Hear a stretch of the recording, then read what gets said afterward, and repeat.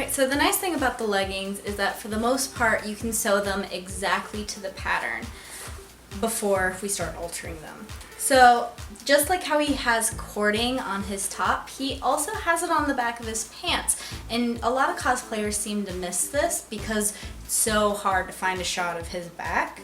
But essentially it makes kind of like a square and then goes straight down the back of his legs. So what I did is, with my cording that's already sewn up, while these were being worn, I marked the middle of the back seam with where I wanted the cording to go up and then back down. And then I marked with white colored pencil the degree that I want it to start going down.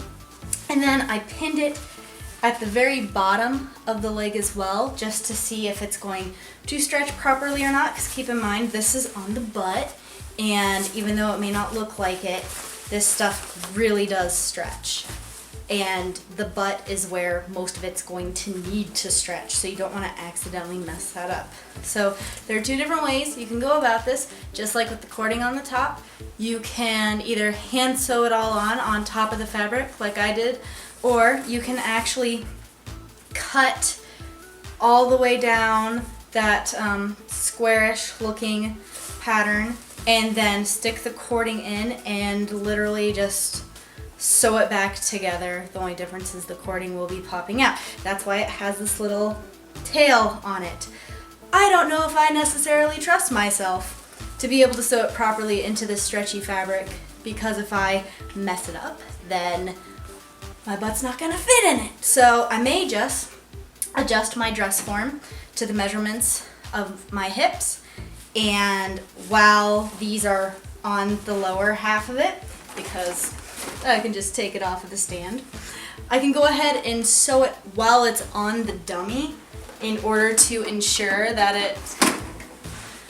it's going to stretch properly, because better safe than sorry. The only disadvantage of this is well, I'll have to trim that little access down to next to nothing, but you're still going to see it, just barely. So if you don't want to see it at all, I would suggest just opening up the leggings and then inserting the cording and sewing it back shut. That's up to you.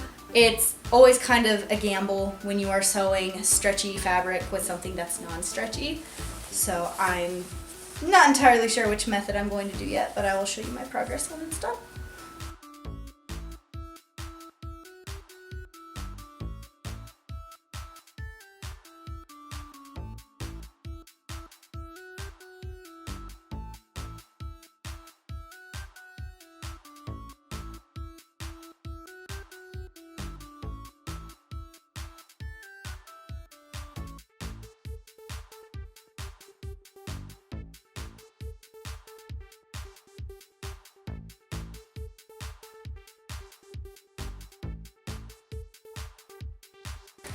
So here's what it looks like all sewn back together.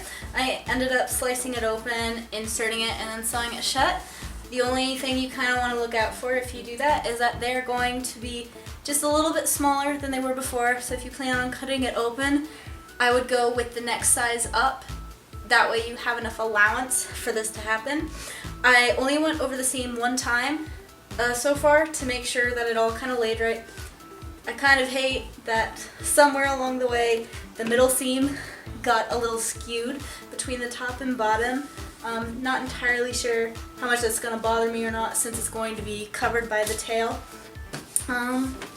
That's how it looks, and all in all, it looks really good. I still don't know if I would have been able to do this properly on the top, so I'm kind of glad that I did it by hand anyways, but on the bottoms it looks really good having it there. And that is all you have left to do would be to hem the bottoms of the pants. So step 2, the pants are done. Hi there everyone. So I just wanted to do a quick update on the tail end of Cat Noir's pants videos in order to answer some of the questions that I've been receiving the last couple of months. First, I want to just lead off with what's kind of been going on in my life.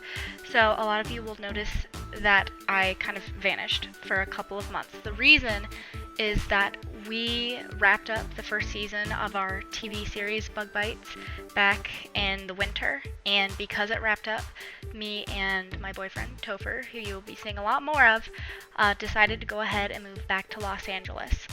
So right after our last convention, Colossal Con in June, within like 5 days, we packed up everything and went across the country. And it took about 4 days, and then, another week to find an apartment. Then Anime Expo happened, and then just one thing after another after another. So it's only been really recently that I've been in a comfortable position in order to record again and to edit things and so on and so forth.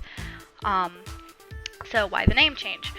So I've been deciding lately that I would like to focus a lot more on costume design as opposed to just performances, though as you can clearly see, as I've been uploading a lot of videos lately, that acting is also one of my passions.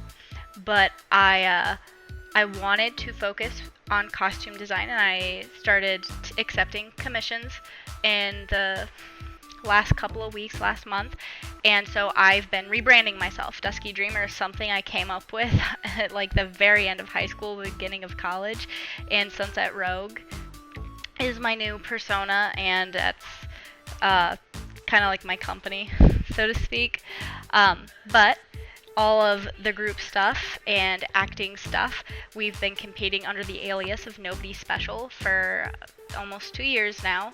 Me and my boyfriend and my sister and our various friends that you'll see pop in and out of some of our videos.